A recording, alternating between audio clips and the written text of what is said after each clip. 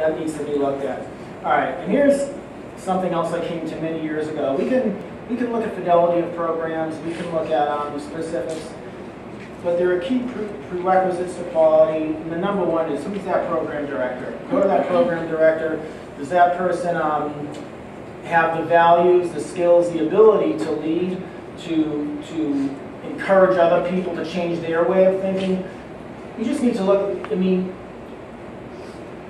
so if you're looking for a recovery-oriented philosophy, there are measures out there.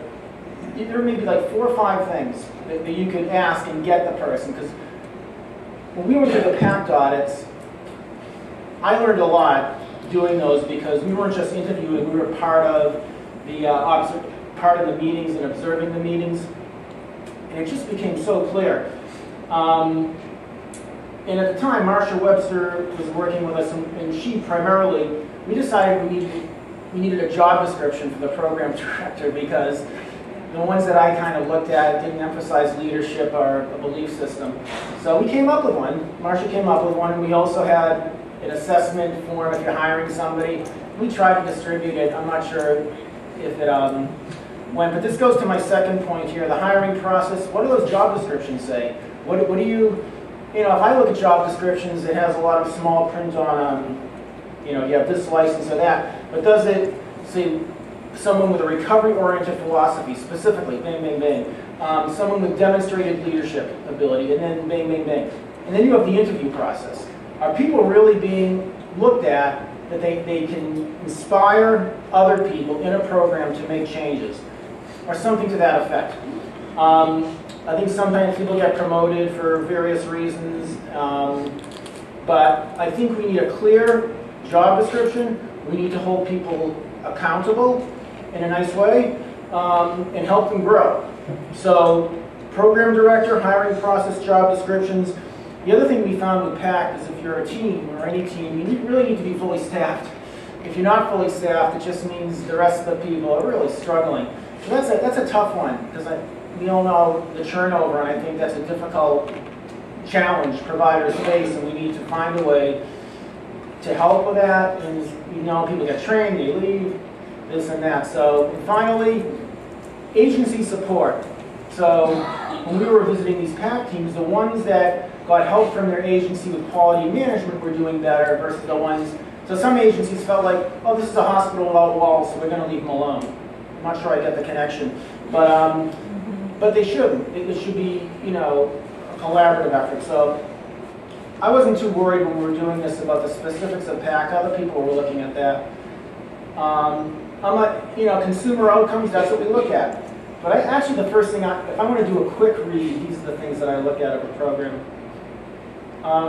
Peer specialists can be integrated into a treatment team when there is a commitment to doing so.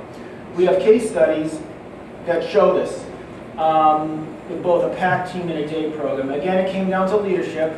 The program director really had to believe it and push people to that philosophy, which might mean other staff. So that means staff either change their minds as to how they do things or they leave. And that's just what works. And we see peer specialists really thriving. The peer specialist also has to be cognizant of what the provider's responsibilities are and be sensitive to that. And maybe even, you might hear things you don't like, and that really throws me off. But the peer specialists who have done well have had some tolerance of that and been there long enough where they were able to help change the culture. And we recently, for MDHP, have done evaluations of the enhanced day treatment programs, which have peer specialists. And one thing that's abundantly clear from our findings, and we haven't completed these, is that peer specialists truly inspire clients to believe that they can get better. What a great example to see someone working and someone you may have known. Now, there are other things that are relevant, but this thing cuts across everybody. Many people say this come into contact with a peer specialist. This has come up a little bit, I think, but if there's any kind of treatment that people rave about, it's DBT. Many people swear by it. They attribute their recovery to it. Can we provide more of it, I ask? I don't know much about it, frankly. We've never done evaluations of DVT. We just tend to go to outpatient clinics or programs, and it just kind of comes up spontaneously with a number of people. So I've been impressed. And this is something that's already come up a little bit, but I have my perspective. Discrimination is invidious in its subtlest forms with regard to both consumers and people of color, and with both treatment, oops, I left the word out, treatment and policy disparities. Think, for example, about resources, leadership, and neighborhoods. I'm much less concerned with how we're portrayed in the media. You know, one thing that I've been involved in for many years with other people is fighting for consumer-owned programs, resources. We want to,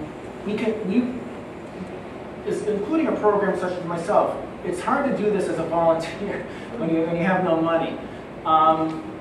You know, we, and I think other minority groups need the resources to get to the table.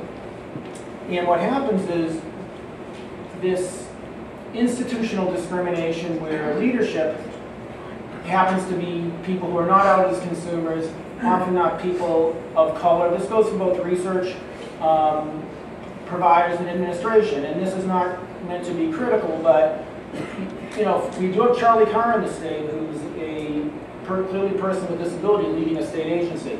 And I think that's a really great thing. So, and I'm not saying, you know, we're happy with everybody, but I think you aren't able to have the impact if you don't have an equal chance. Now, we may not have the degrees. So we weren't able to get the degrees perhaps because we, you know, we crapped out of school or whatever. So we can't compete at that level. We probably don't even have the experience, because many of us have never done that. So there's reasons not to hire a lot of us. But there are reasons also to hire us into leadership positions, because certainly for me, I never thought I could do anything like this. When I was pulled out of the grass somewhere and said, you know, give it a try, and we're not sure if we can do it, but you know, and I got a lot of coaching. I want to say that about me. I became an executive director. Couldn't have done it without some coaching and other kinds of support, but I really needed that coaching. So right now, give us a chance in leadership. The point about neighborhoods is really that if you live in a bad neighborhood, if you live in Dorchester or Roxbury, you know, people have heard about BMC and the financial troubles it's having and the overcrowdedness. Now, their population is primarily minorities.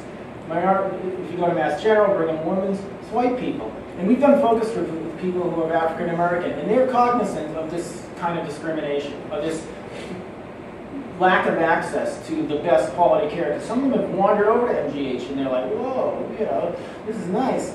Versus the Boston Medical Center. Nothing wrong with BMC. They just have a great mission, but it's crowded and you don't get, you know, that sort of treatment. So neighborhoods, resources.